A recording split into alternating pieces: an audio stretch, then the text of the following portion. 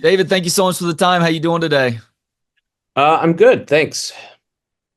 Cool. Well, it's a real pleasure getting to talk to you. I was thinking about this. I'm a longtime fan of stand-up comedy, and I'm a big fan of your work too. I feel like I've seen you more, other than a couple of Austin guys now, because Austin has changed mightily in terms of the overall stand-up scene. I think I've seen you more in that theater setting than any other stand-up comedian that I've ever seen live. So, first off, thank you for all the great entertainment over the years, and secondly, I'm looking forward to catching another one again with Sean Patton this time because I was at the most Yeah, recent show about a year and a half ago at the Paramount.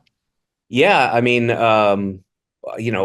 we. I'm speaking for Sean as well. Always look forward to Austin. It's a great town, and Paramount Theater's great. I shot a special there like four specials ago. I was there.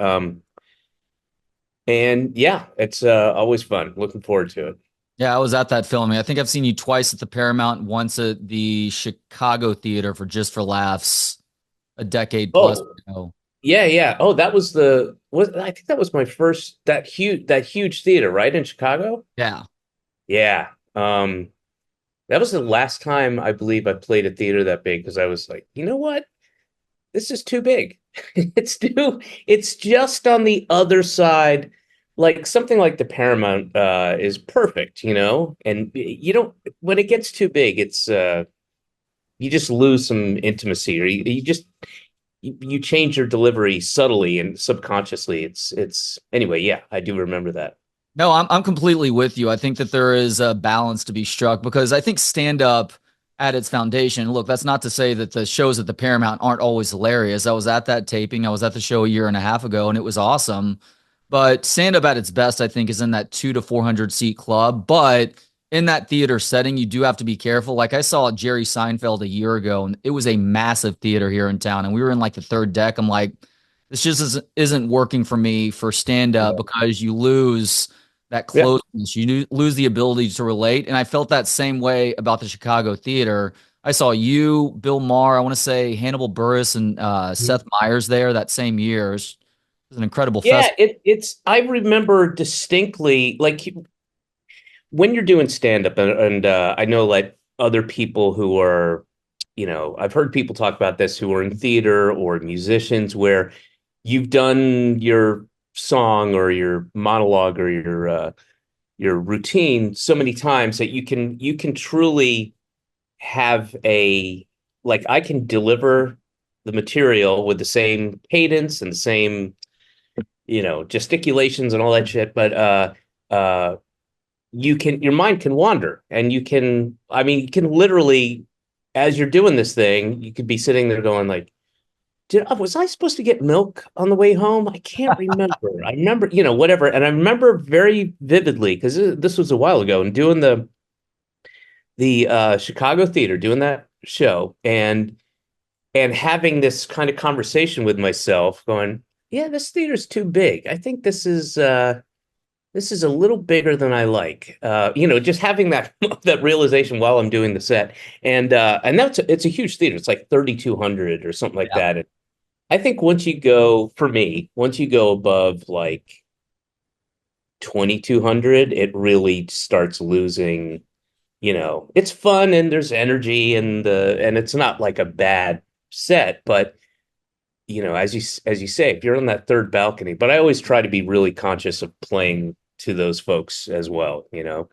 Like trying to make that figurative eye contact with people who are in Yeah, the second and third decks. yeah, yep, yep.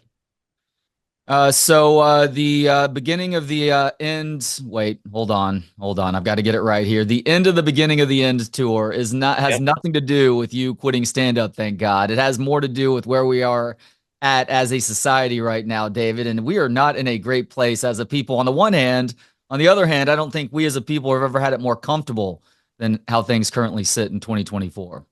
Yeah, I mean that's a very good observation because uh we are, filled with all these conveniences and the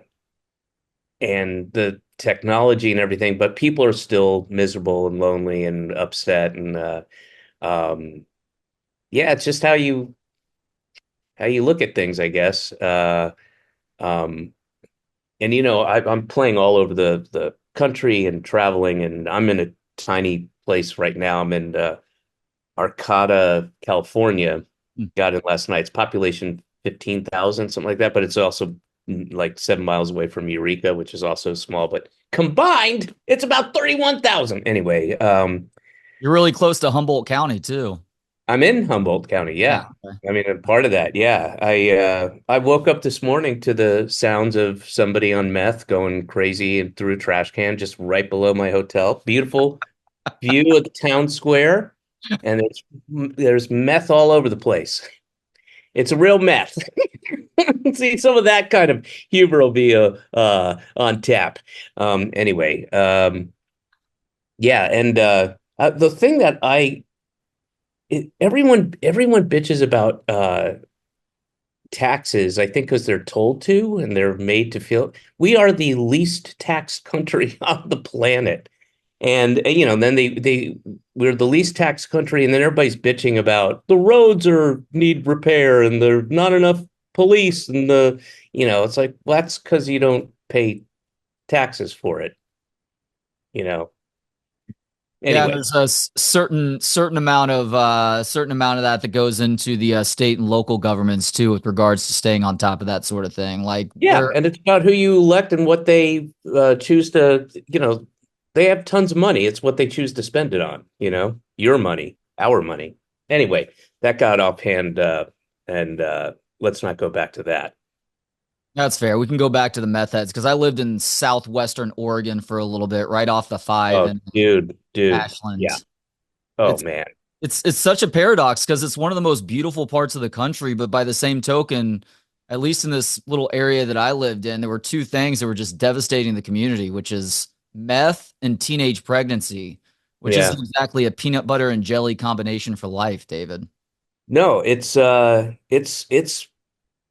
as you said, it's like there's this beautiful setting. You're along the coast, and we drove yesterday from Eugene. So we were in Portland, went to Eugene, Oregon, down. Now we're in Arcata, and yeah, just I mean, stunning scenery and just people. Like we pulled up, it was like a 6 hour drive. We pulled up to this little nice little town square park. I'm looking at it right now, and it's just filled with I shouldn't say filled, but there's a dozen and a half people roaming around right now, and they all know each other. And there's like two bars here, and they're just filled with, they're either inside all fucked up or outside asking you for money so they can get fucked up.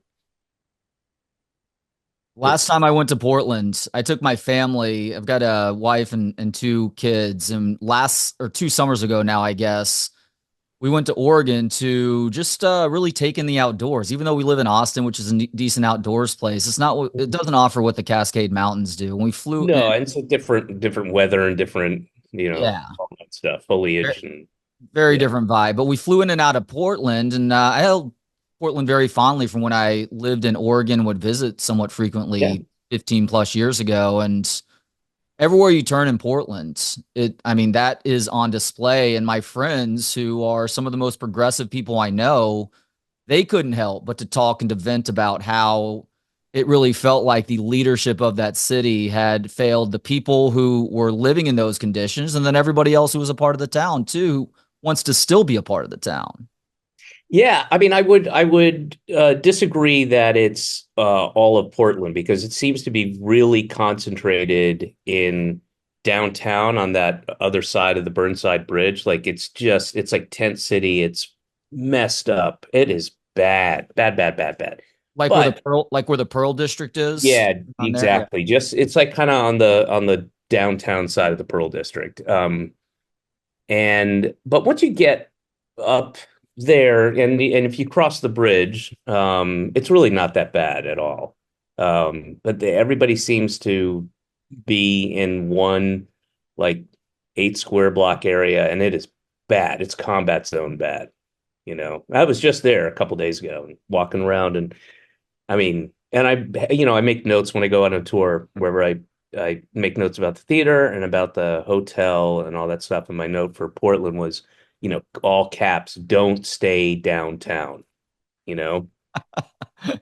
Downtown was always hit or miss too. I mean, that Portland is the only place that I can think of that has strip clubs all over downtown, and it just looks like a sports bar. You walk in someplace to grab a beer and watch a ball game, and all of a sudden you've got boobs in your face. That doesn't sound like a bad thing. Just depends on the day, I guess. Yeah. Depends on how important the game is. Well, you can always go to a boobless bar, I guess. Well, that's ultimately what you have to do. You have to realize where You you don't are. have to, Trey. You don't have to. You don't have to. Come on I now. I thought Okay. Powell's Books was a sports bar, and it turned out to be a strip club undercover. David. Yeah, but they're very intellectual strippers and they'll talk to you about, you know, Dostoevsky. You are a big seam head. You're a Braves fan. What do you think I about the Braves this year? They're obviously holding on to that third wild card spot right mean, now. I'm A very amazed, tight race. that they're able to do what they've been able to do, but I mean, it just doesn't feel right, you know? And if it wasn't for Ozuna, I mean, they would have lost a lot of games and they don't have you know, you're not scared of them, you know? They're like there's whoever if they get that last wild card spot. Although you never know. I mean, if they end up playing Milwaukee, they could beat Milwaukee. But I mean, it's just not in the cards, I think. They've been so decimated by injuries and their bullpen is it's not scary like it used to be. And I mean, they got some amazing starting pitching that I don't think they foresaw being that good. But I mean, you can't lose the guys that they lost and win a World Series. Come on.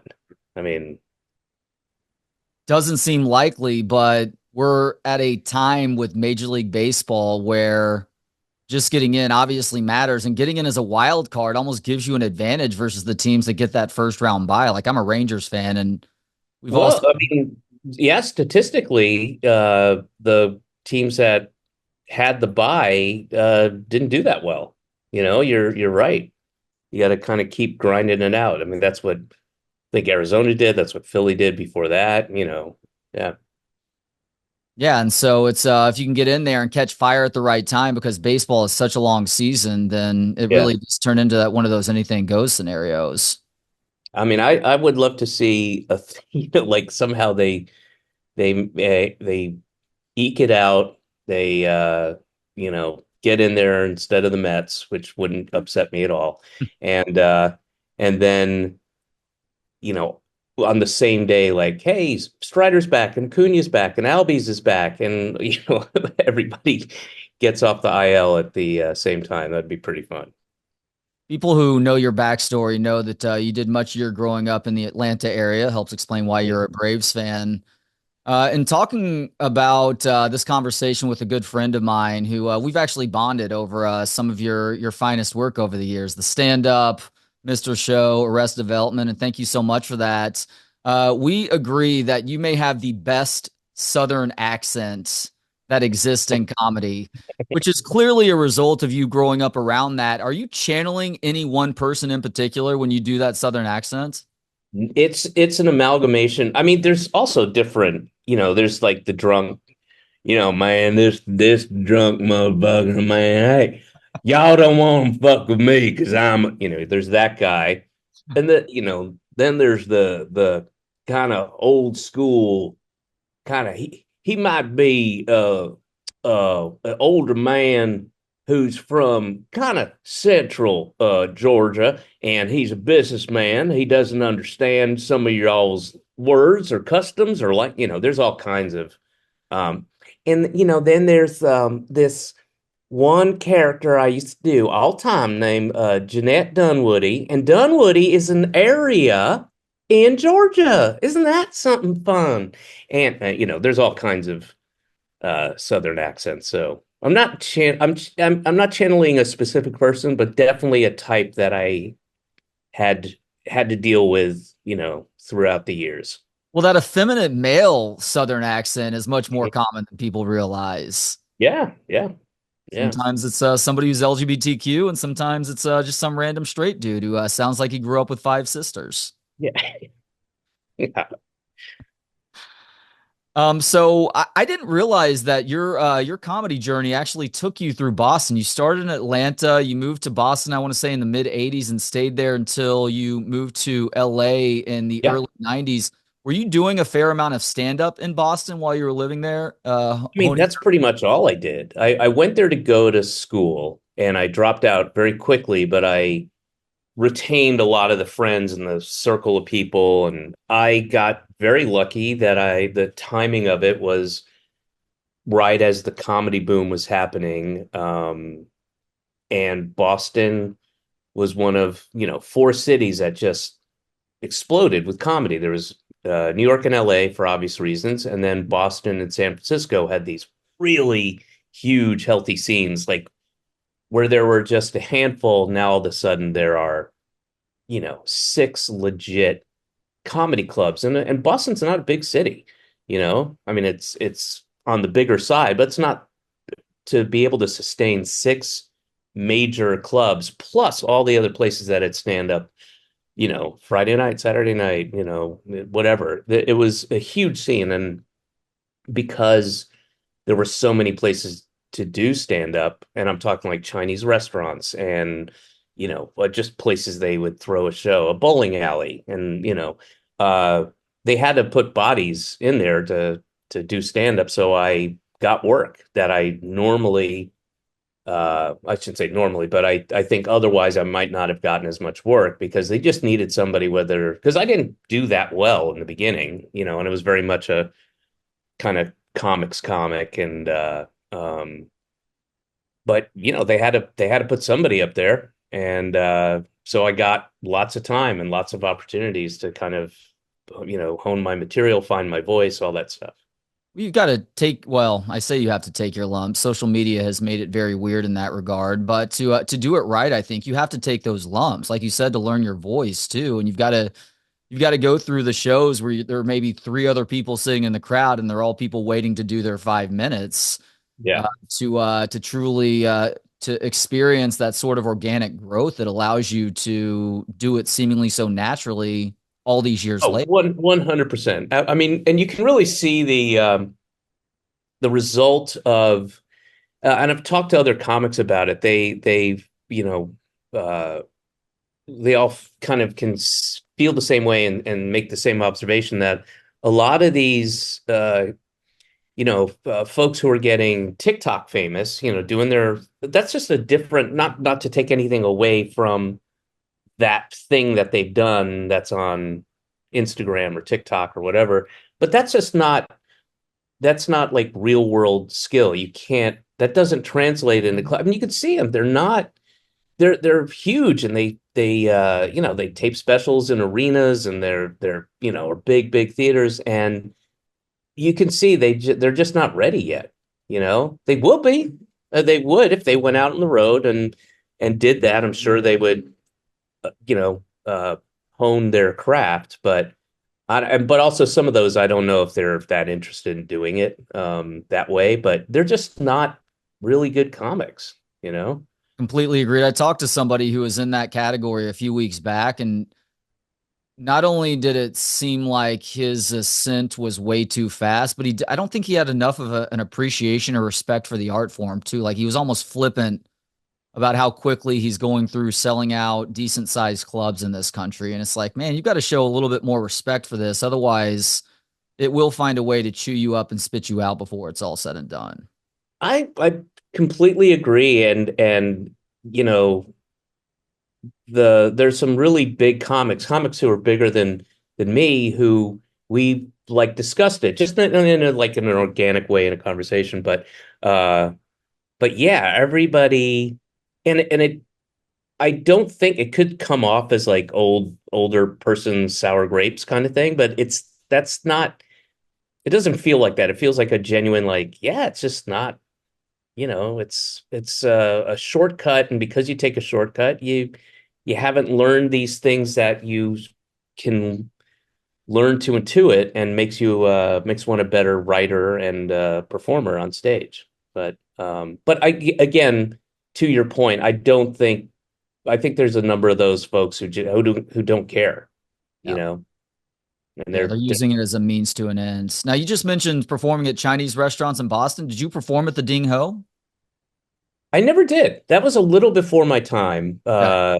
But but there were like out on Route 128. I remember there was like Kowloon's, that's what it was called. And it was a kind of 80s, early 90s, the Chinese restaurants that are so like um you don't realize how like racist it is until much later, but they're like the ones that are Chinese restaurants, but then they're also Polynesian themed, right? You're like, guys, what?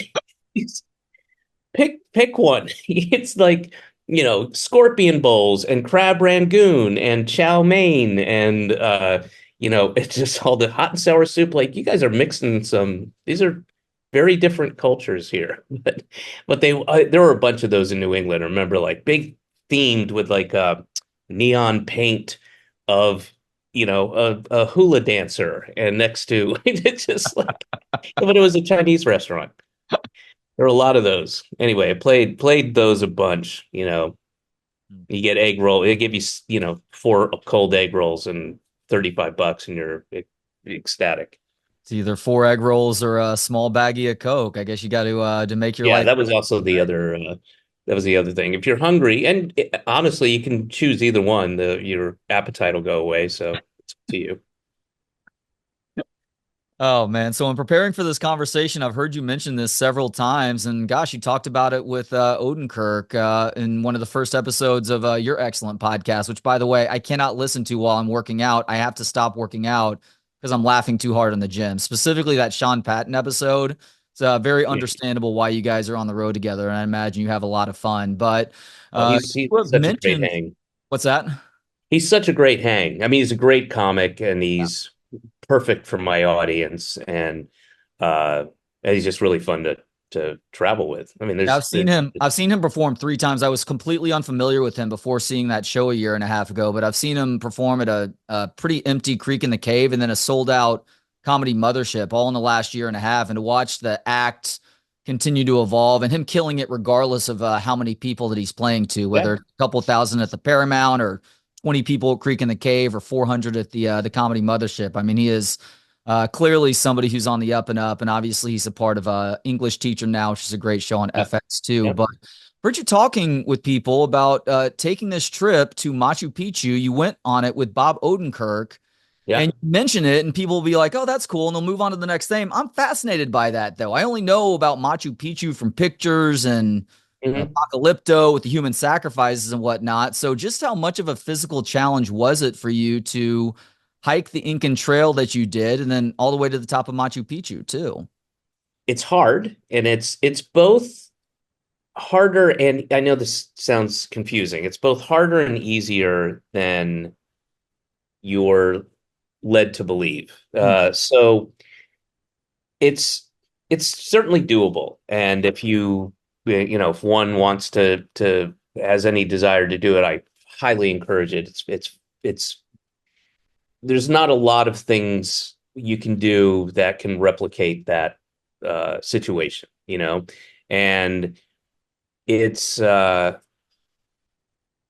I talk about it in the set. I use that to kind of thread through the show, and I come back to it. Uh, and that's just happenstance. That's just I got lucky. I mean, I had my set, but then I was able to use this thing. Here's some differences about being in Peru and whatever.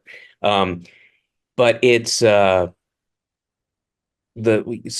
day three, which they tell you is the hardest day. You can do a 4 day or 5 day, and you can break day three into two because you go up and down two passes, and it's really hard, and the whole thing seems hard because it's at its highest, you're 14,000 feet above sea level, and breathing, getting oxygen becomes an issue, and you have to go and acclimate for a couple days before you even attempt the hike.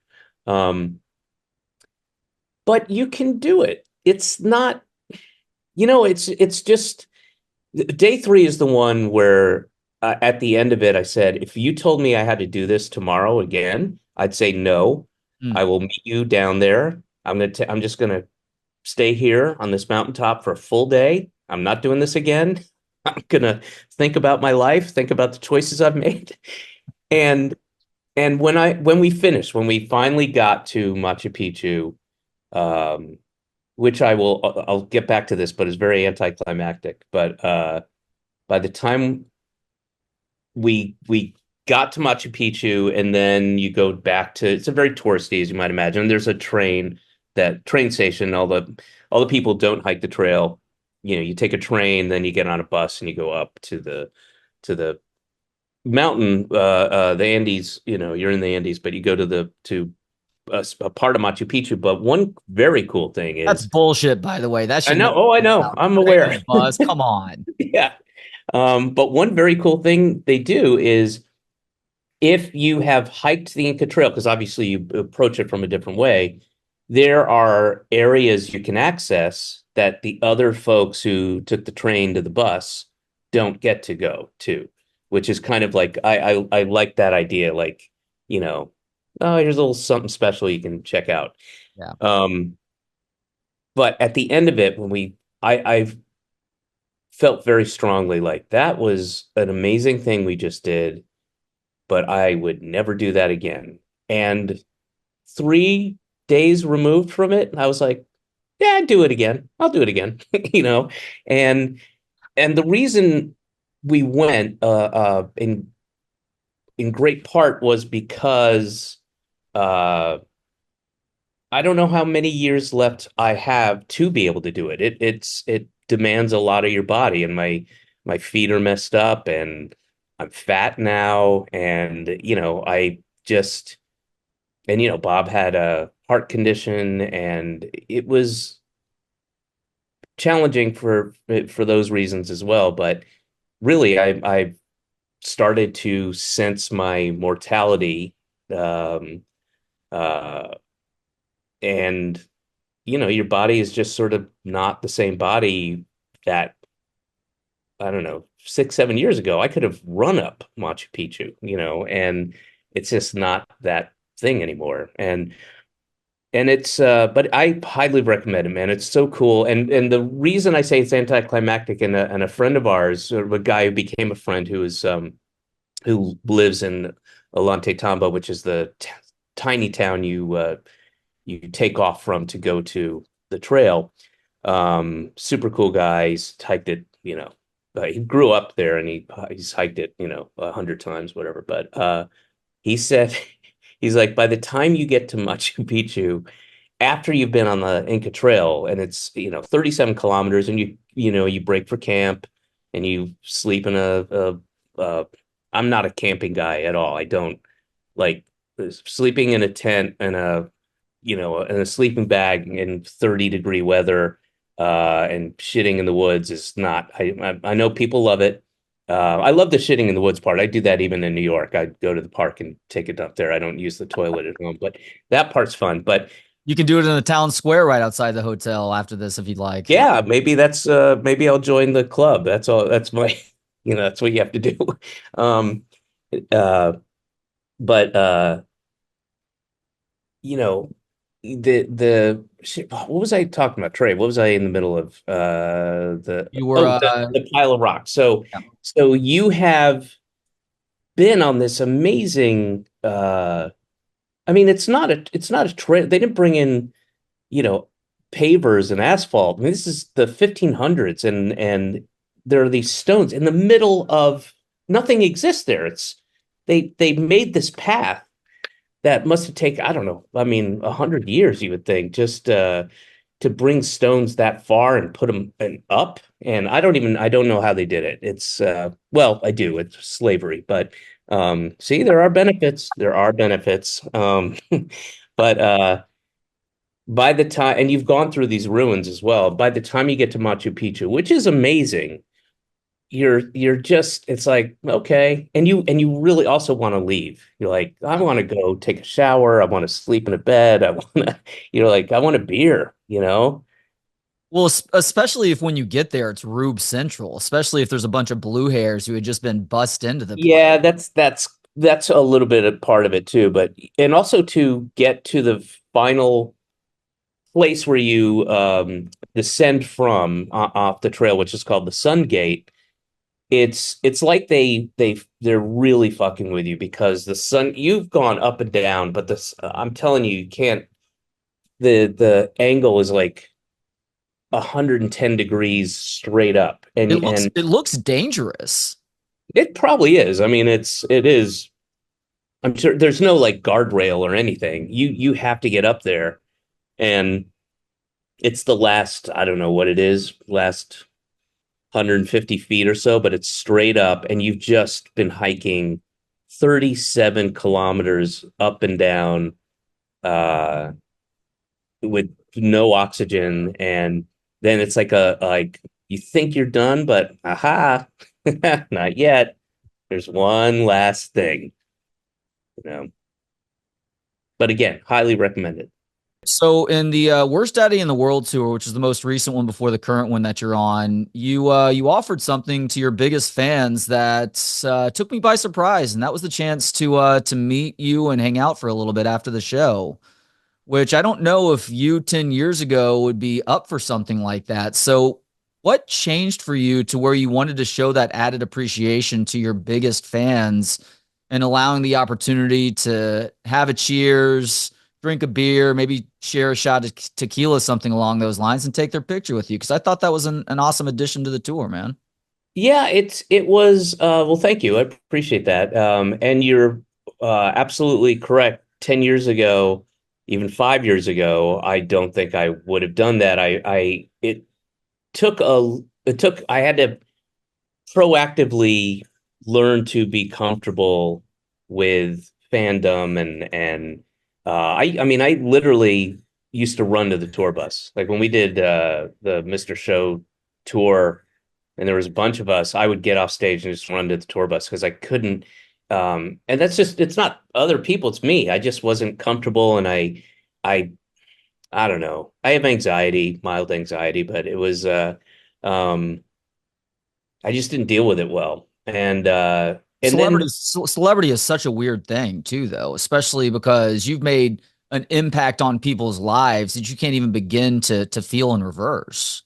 well, I mean, I've certainly have been around and been privileged to meet and hang out with some of my idols and some people that I hold in very high esteem, and um, some more popular than others, but still that same feeling of like just being in their presence is exciting. And I try to be as normal as possible because I know it's so, the domino effect of making people around you uncomfortable is easy and it's strong, you know, um and I've gotten very good at, like, if people are nervous, to kind of just be chill and go, it's okay, it's all right, and be kind of goofy or whatever.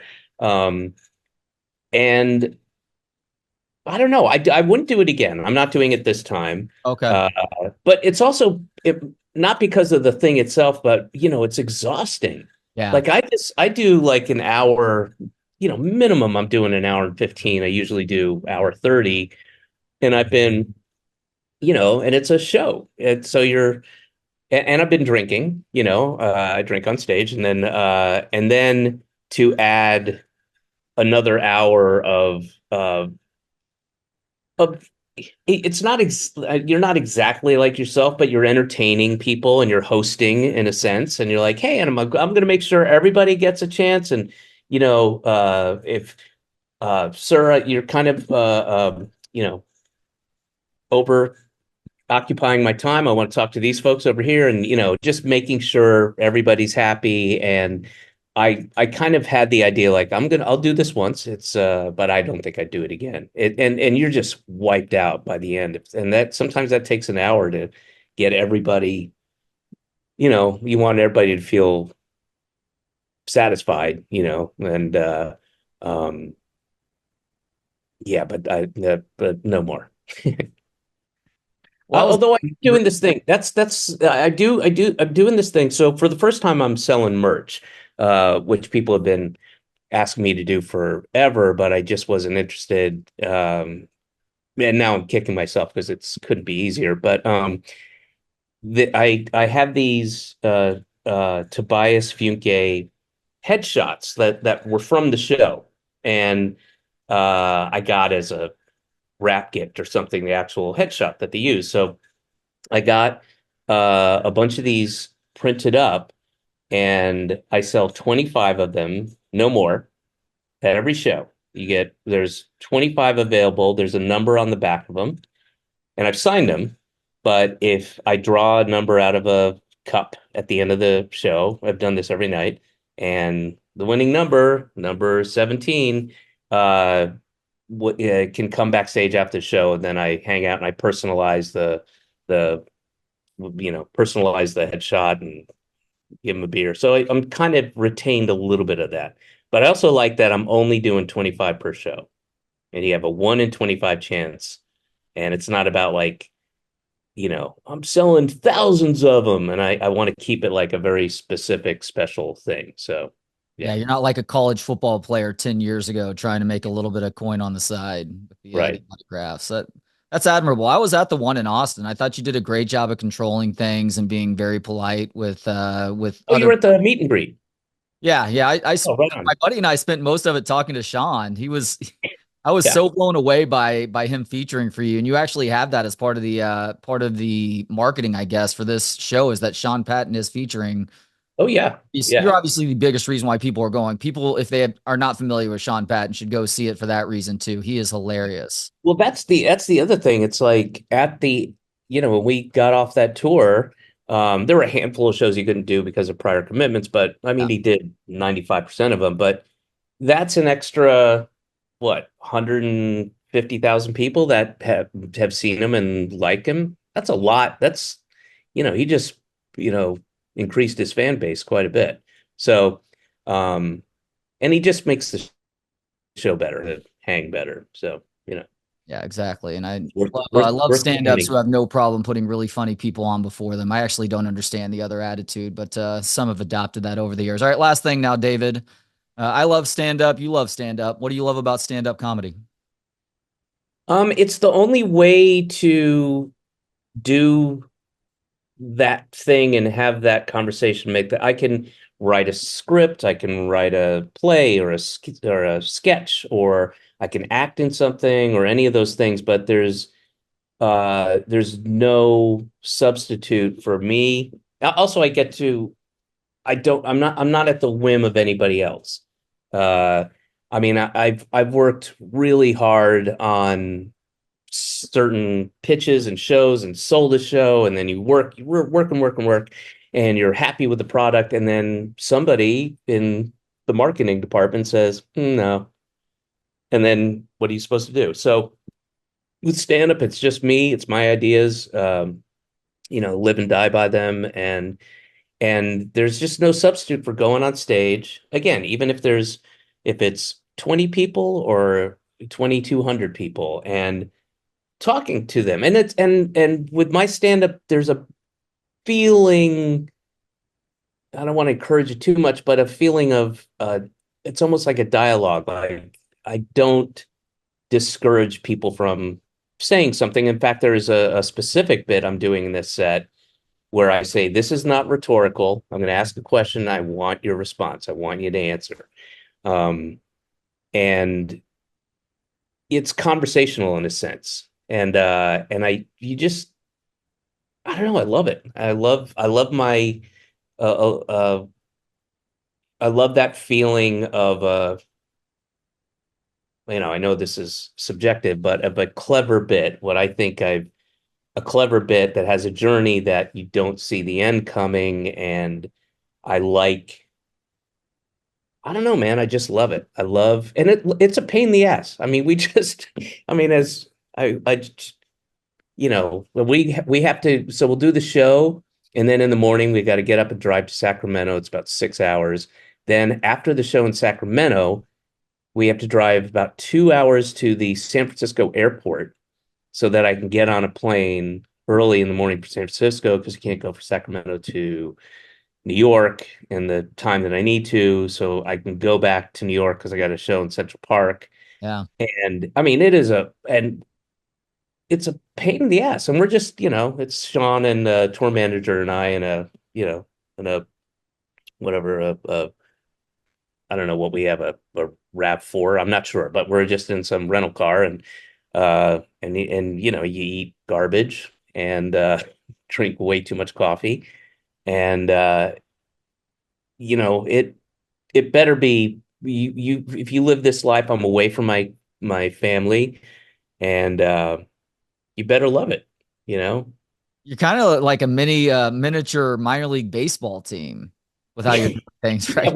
we're the Savannah Bananas. Love that. By the way, I would love to know the question, but you know what? People are just going to have to go to the show on September 26th at the Paramount to find that out. He is one of the best. David Cross going to be here at the Paramount September 26th. That's a Thursday. You can find all of his work, including a very entertaining podcast, Senses Working Overtime, and tickets to those shows and past specials through his website, officialdavidcross.com. David, thank you so much for the time today. It's been a real honor and pleasure. Absolutely. This was lovely. Thank you, Trey.